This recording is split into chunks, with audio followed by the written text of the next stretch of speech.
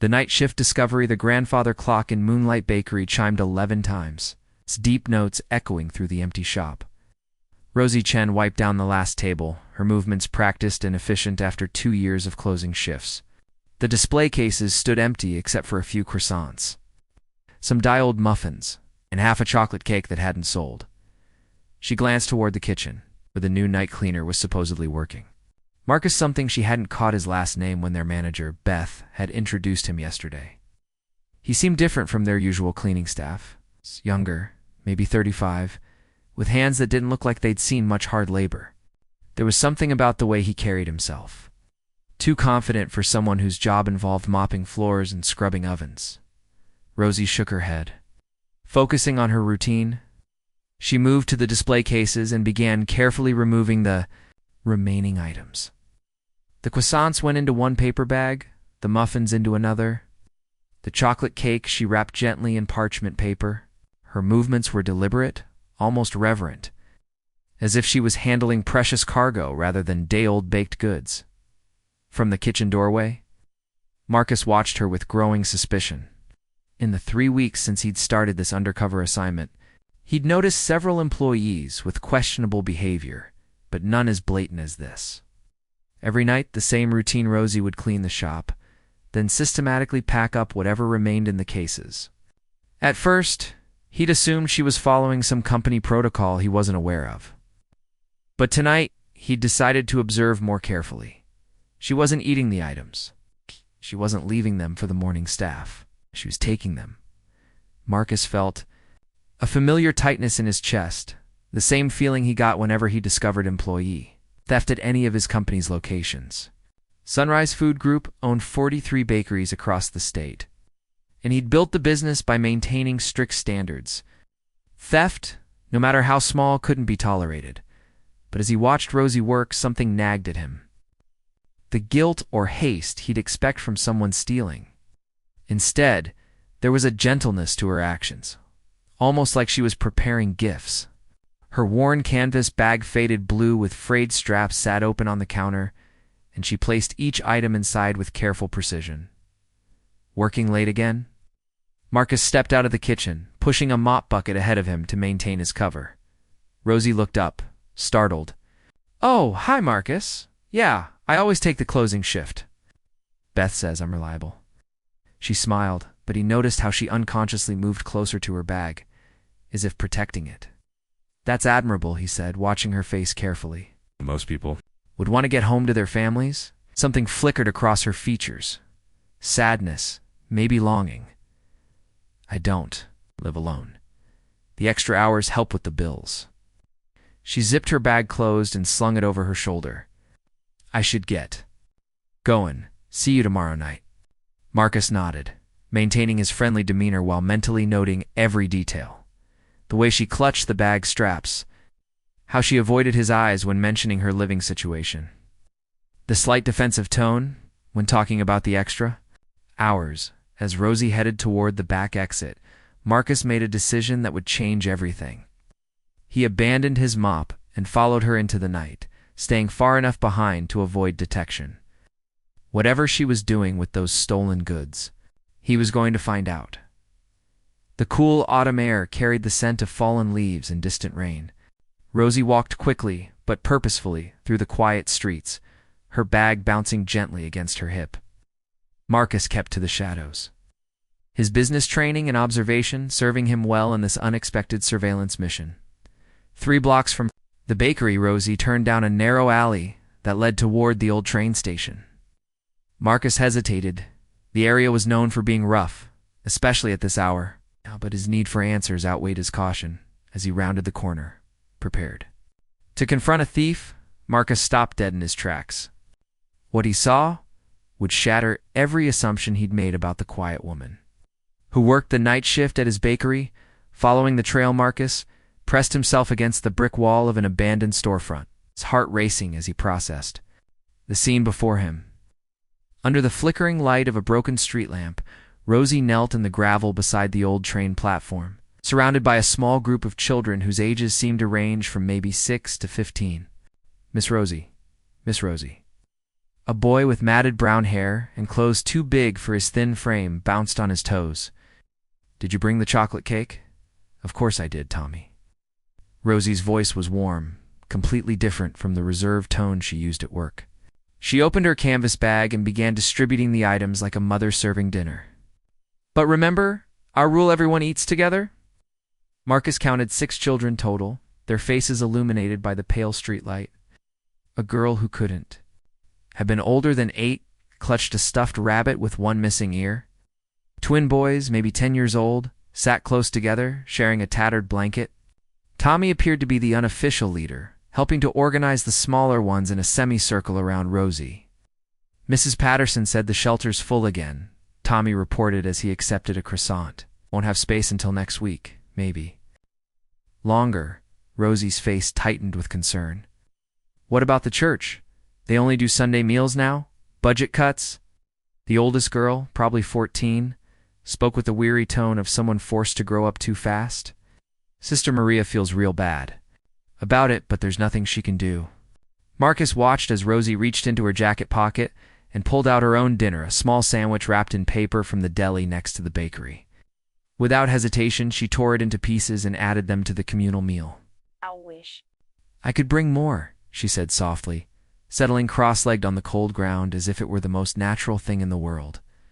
"Tomorrow's Saturday, so there might be extra soup from the lunch rush." "You do plenty, Miss Rosie," Tommy said, through a mouthful of muffin, "before you started coming. Sometimes we didn't eat for days." The simple statement hit Marcus like a physical blow. He leaned back against the wall, his mind reeling. This wasn't theft. This was kindness on a scale he'd rarely witnessed. And he'd been ready to fire her, maybe even press charges as the children ate. Rosie told them stories about customers at the bakery, making them laugh with her impressions of the morning rush crowd. She listened as they shared their own stories where they'd spent the day, which businesses had chased them away. Small victories like finding a warm place to sleep or a kind stranger who'd offered help. Marcus found himself captivated by the transformation in Rosie. The quiet, almost invisible woman from the bakery became animated and vibrant with these children. She remembered details about each of their lives, asked about their dreams, and somehow maintained an atmosphere of hope in what should have been a desperate situation. "Miss Rosie," the little girl with the stuffed rabbit tugged on Rosie's sleeve. "Will you sing the song?" "Of course, Emma." Rosie's smile was radiant as she began humming a gentle melody, then singing softly in what sounded like Mandarin. The children settled against each other, the twins sharing their blanket with Emma and Tommy, as her voice carried through the night air. Marcus felt something shift inside his chest, a warmth he hadn't experienced in years. When had he last seen such pure compassion? When had he last done something that wasn't calculated for business advantage? The song ended, and Rosie began packing up the empty bags. "I have to get home now, but I'll see you all tomorrow night, okay?" "Be careful, Miss Rosie," Tommy said seriously. "There were some rough guys around earlier. They didn't bother us, but ... "I'm always careful," she assured him, distributing hugs to each child. "You all stay together tonight, and remember, if anyone gives you trouble, go to Officer Martinez. He's one of the good ones." As the children began to settle in for the night, creating a small camp in the sheltered area behind the platform, Rosie shouldered her empty bag and started back toward the street. Marcus quickly retreated deeper into the shadows, his mind racing. He should go home, report what he'd seen to Beth, and commend Rosie for her initiative. But as he watched her slight figure disappear around the corner, a different impulse took hold. These children needed more than dialed pastries. They needed real help, consistent support, and resources Rosie clearly didn't have access to for the first time in months. Marcus felt a purpose beyond profit margins and efficiency reports. As he made his way back to his car, he was already formulating a plan. If Rosie could do this much with so little, imagine what they could accomplish together. He just had to figure out how to help without revealing who he really was. Unexpected partnership the next evening. Rosie arrived at Moonlight Bakery to find an unusual sight waiting in the kitchen's walk-in cooler. Alongside the regular inventory sat 2 large containers of vegetable soup, still warm, and a box of fresh sandwiches she'd never seen before. "Beth," she called to her manager who was counting the register. Did we get a late delivery? Nope, Beth replied without looking up. Marcus said he found them by the back door with a note, probably from that new soup kitchen downtown. They've been making rounds to local businesses? Rosie frowned, examining the containers more closely. The soup smelled incredible, and the sandwiches were wrapped in paper from Romano's Deli, expensive stuff. Not the kind of donation she'd expect from a struggling charity. She glanced toward the front where Marcus was methodically arranging chairs, his movements still too precise for someone in his supposed position. Hey, Marcus, she called. What exactly did this note say? He paused, cloth in hand, and she noticed the slight tension in his shoulders. Just something about helping the community. Standard charity language.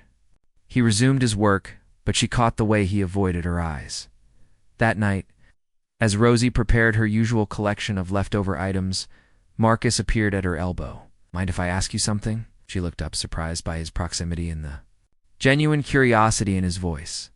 Sure, where do you take all this food? His tone was careful, non-accusatory. But Rosie's hand stilled on the bag.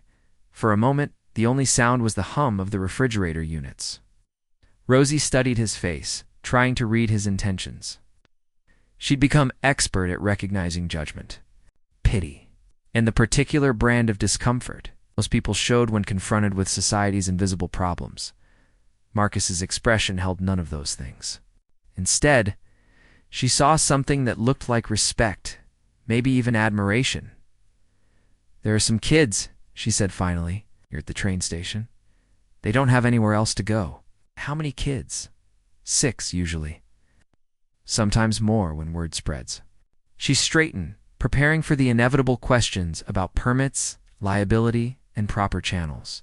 Look, if this is against company policy, no, Marcus interrupted. It's not that.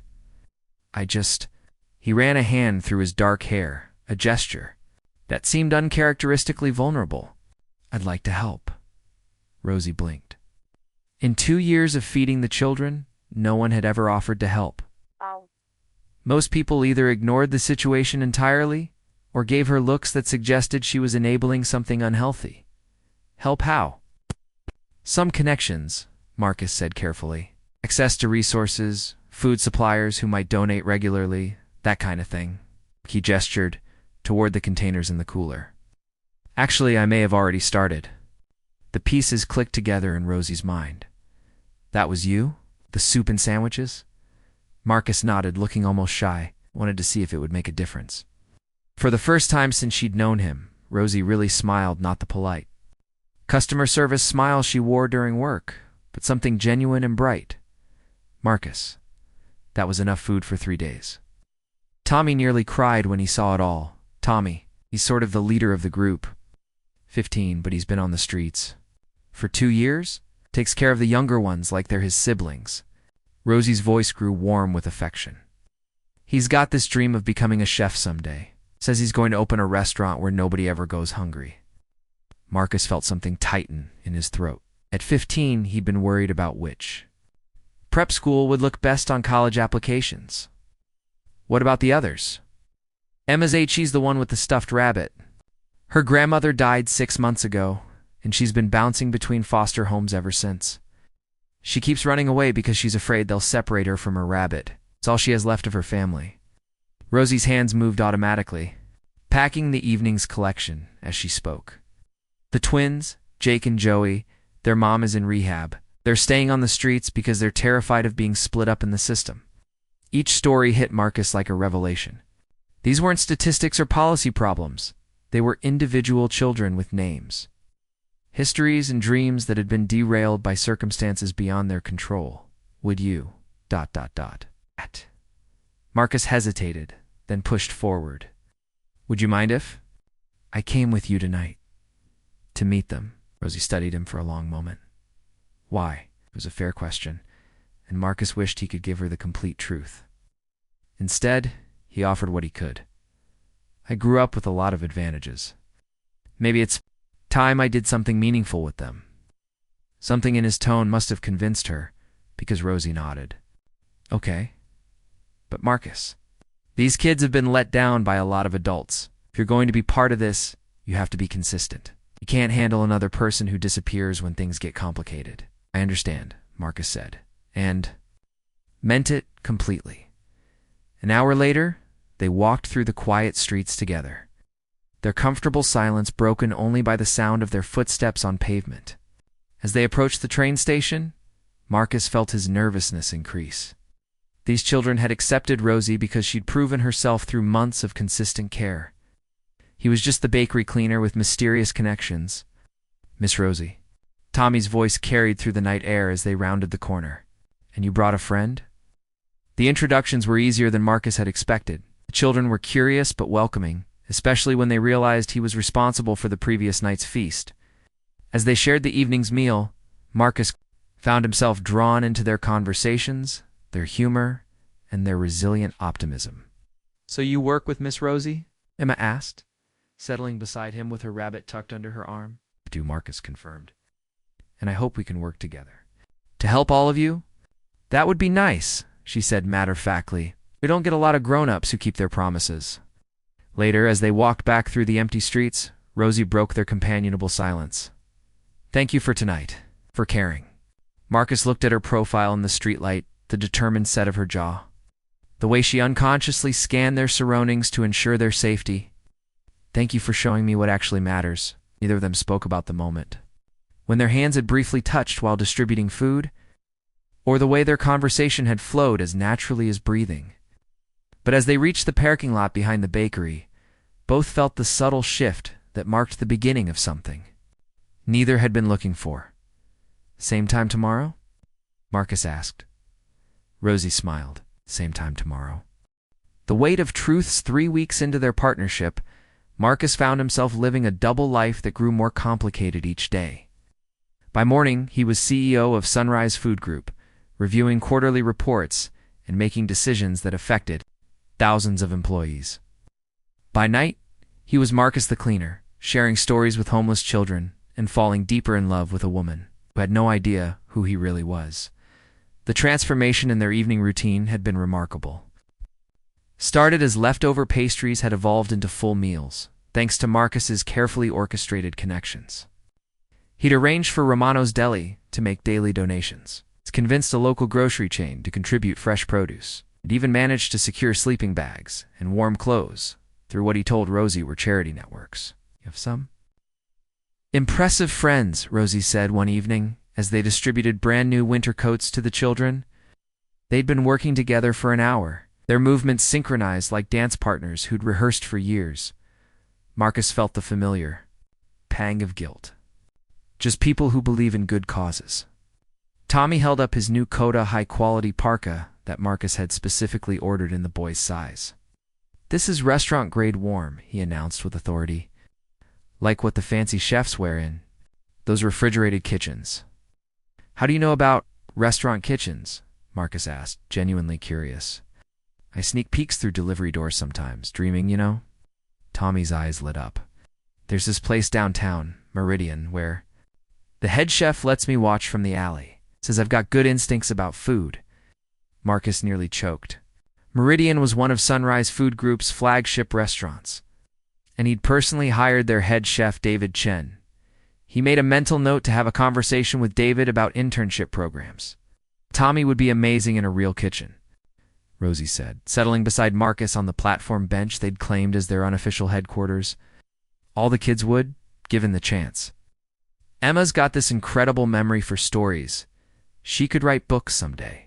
The twins are mathematical geniuses. They can calculate tips and splits faster than most adults. Marcus watched her face as she spoke about each child's potential, the fierce protectiveness and love in her voice.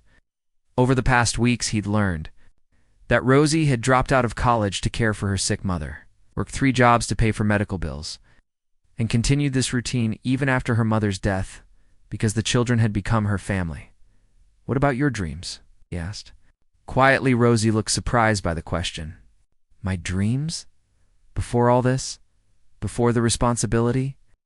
What did you want to do with your life? She was quiet for so long Marcus thought she wouldn't answer. Finally, she said, I wanted to be a social worker. Help kids navigate the system. Make sure they had advocates. She laughed, but it sounded hollow. Ironic, right? I ended up doing it anyway, just without the degree or the resources. Not too late, Marcus said impulsively. There are programs, scholarships, ways to go back to school while working on a bakery worker's salary. Rosie shook her head. That's a nice dream, Marcus, but I live in reality. The dismissal stung, partly because it highlighted the vast difference in their actual circumstances. Marcus could write a check for her tuition without thinking twice, could arrange for the best programs in the state with a phone call. But he couldn't reveal that without destroying the trust they'd built. His phone buzzed with a text from his assistant, James. Board meeting moved to 7 a.m. tomorrow. Need your review of the quarterly projections tonight? Marcus stared at the message, feeling the weight of his dual existence. In 6 hours, he'd be in a conference room making decisions about profit margins and market expansion. These children would still be sleeping on cardboard under the train platform. Everything okay? Rosie asked, noticing his expression. Just work stuff, he said, tucking the phone away. But everything wasn't okay. The next morning, as Marcus sat in the sleek conference room surrounded by executives discussing cost-cutting measures, he found himself thinking about Tommy's dream of culinary school and Emma's love of stories. When the CFO suggested reducing the community outreach budget, Marcus nearly laughed at the absurdity. Actually, he said, surprising everyone in the room, I think we should expand community programs. Partner with local shelters, create internship opportunities for at-risk youth. The silence that followed was deafening. Margaret Winters, his head of operations, cleared her throat. Marcus, with respect that doesn't align with our current focus on profitability. Sometimes profit isn't everything, Marcus replied, earning skeptical looks from around the table. That evening, as he changed into his cleaning clothes, Marcus's reflection in the bathroom mirror looked foreign to him. Which version was real, the CEO in expensive suits making calculated business decisions? Or the man who'd spent last night teaching Joey how to skip stones with pieces of broken concrete? The answer came when he arrived at the bakery and saw Rosie's smile as she looked up from organizing the evening's donations. The warmth in her eyes, the way her whole face lit up when she saw him, that was real in a way nothing in his executive life had ever been. Ready for another adventure? She asked, shouldering her bag. Always, Marcus replied, meaning it completely. But as they walked toward the train station together, Marcus felt the walls of his deception closing in. Rosie deserved honesty. The children deserved better than his secret charity, and he deserved to know if what they were building together could survive the truth of who he really was. The question was whether he had the courage to find out. Later that night, after they'd said goodbye to the children and were walking back to their cars, Rosie stopped suddenly under a streetlight. Marcus, she said, her voice uncertain. Can I ask you something? His heart pounded. Of course. Who are you, really? Her eyes searched his face. I mean, night cleaners don't usually have the kind of connections you do. The donations we're getting, the quality of the supplies, ... It's not random charity. Someone with real influences making this happen. Marcus opened his mouth, ready to offer another half-truth, another deflection. But looking at Rosie's honest, trusting face, he couldn't do it anymore. You're right, he said quietly. It's not random, and I haven't been. Completely honest with you? The confession hung between them like a bridge neither was sure they wanted to cross. Building something beautiful, the silence stretched between them under the yellow streetlight. Rosie's expression shifting from confusion to something that looked like hurt. Marcus felt his carefully constructed world beginning to crumble, but for the first time in weeks, it felt like relief. My name is Marcus Rivera, he began, his voice steady, despite the tremor in his hands. And I'm the CEO of Sunrise Food Group. We own Moonlight Bakery, along with 42 other locations across the state. Rosie took a step back, her face pale in the artificial light. CEO, she repeated slowly, as if testing the word. So you were ... What? Spying on us? On me at first? Yes. Marcus forced himself to meet her eyes, knowing he owed her complete honesty.